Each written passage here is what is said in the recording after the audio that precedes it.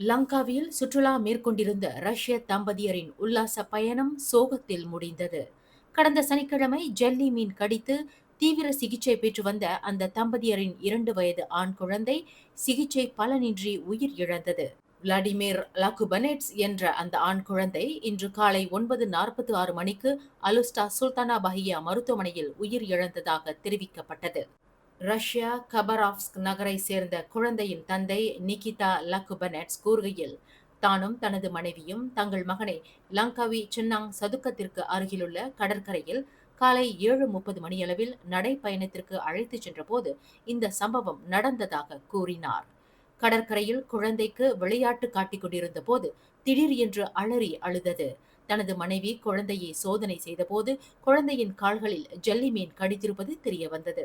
பின்னர் உடனடியாக குழந்தையை மருத்துவமனைக்கு கொண்டு சென்றதாக 32 வயது நிகிதா லகுபனெட்ஸ் தெரிவித்தார். மேலும் செய்திகளை தெரிந்து கொள்ள கீழே இருக்கும் பெல் பட்டனை அழுத்துங்கள். உங்கள் மகிழ்ச்சியை வெளிப்படுத்த லைக் மற்றும் ஷேர் செய்யுங்கள்.